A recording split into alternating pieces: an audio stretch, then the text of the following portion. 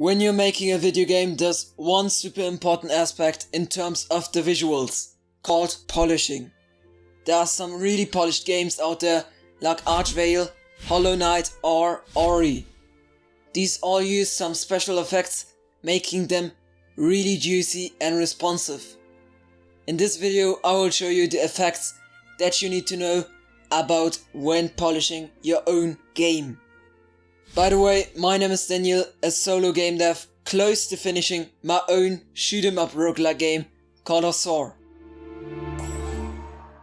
Bug fixing is another huge part of polishing besides visual effects. A polished game is mostly bug and glitch free, but if there's a little and rare bug with the pause menu for example, it usually doesn't really matter. Just take care of the bugs in the gameplay that happen really often. Now let's move on to one visual effect that you're basically going to need all the time. Particle effects.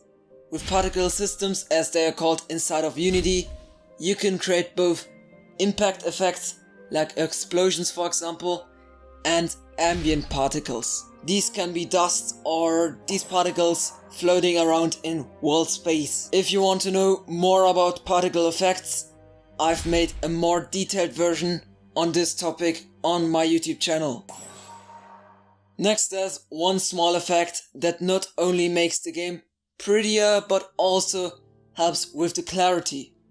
I'm talking about trails here, because when adding them to a moving enemy, you easily know where it's moving in just a few seconds because you can see where it has already been. That however only makes sense if there's a clearly defined movement pattern for obvious reasons. Anyway, when making a trail look good, you need to fade it out somehow to the end. Whether you fade out the size or opacity is your decision. You can just do a hell lot of stuff to make your trail look good and also unique.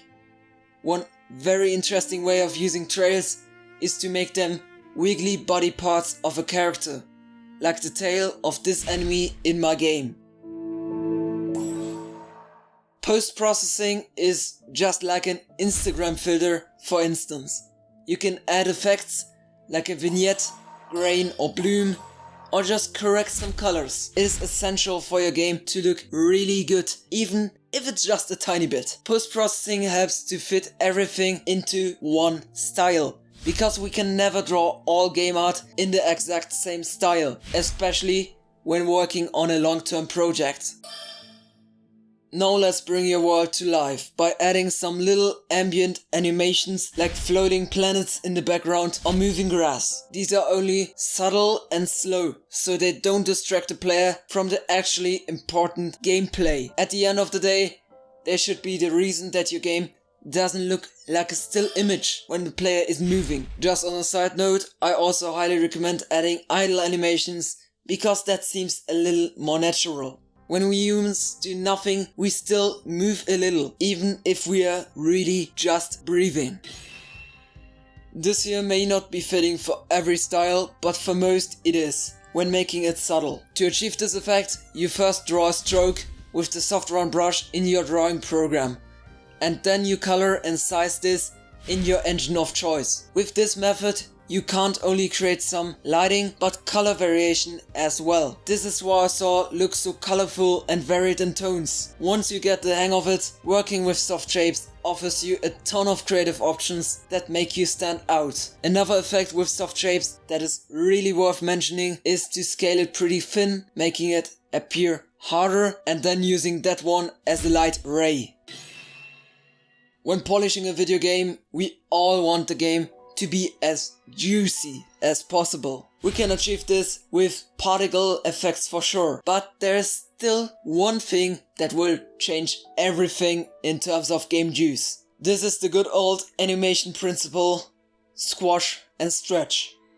In it, you make things bounce by scaling on specific axes. Stretching is when you scale down on the X and up on the Y axis. Squashing on the other hand is when you scale up on the X and down on the Y. If you want to level up even more on the bounciness, you can also add another animation principle called follow through, which in this case is basically a little echo bounce after the real squash or stretch. If you want to have a closer look at animation, you can check out this video all about animation principles as well as tips and tricks. But why and when do we need to use all of those effects? We do it so the player receives a little bit of feedback when performing an action. When shooting an enemy, a simple flash effect helps a lot because now we know that we actually hit this enemy. Otherwise, we couldn't be too sure. And this principle applies for almost everything in video games. So use these effects to show the player if what he or she did actually succeeded or not. Adding sounds is another huge improvement to your game. They add life to your game in the audio as well. Sound is also great for player feedback, being a lot more noticeable than a particle effect, for instance. They are also great to tell the player something even though he or she can't see it at the moment. Great for 3D games and first-person shooters in my opinion. Just as ambient animations, ambient tracks and music makes it so the game doesn't seem to be still when doing nothing. Here the music or ambient track should really fit well with the visual style. If it's serious, the music should be too. If it's cartoony, something playful could do the job. And that wraps up this video.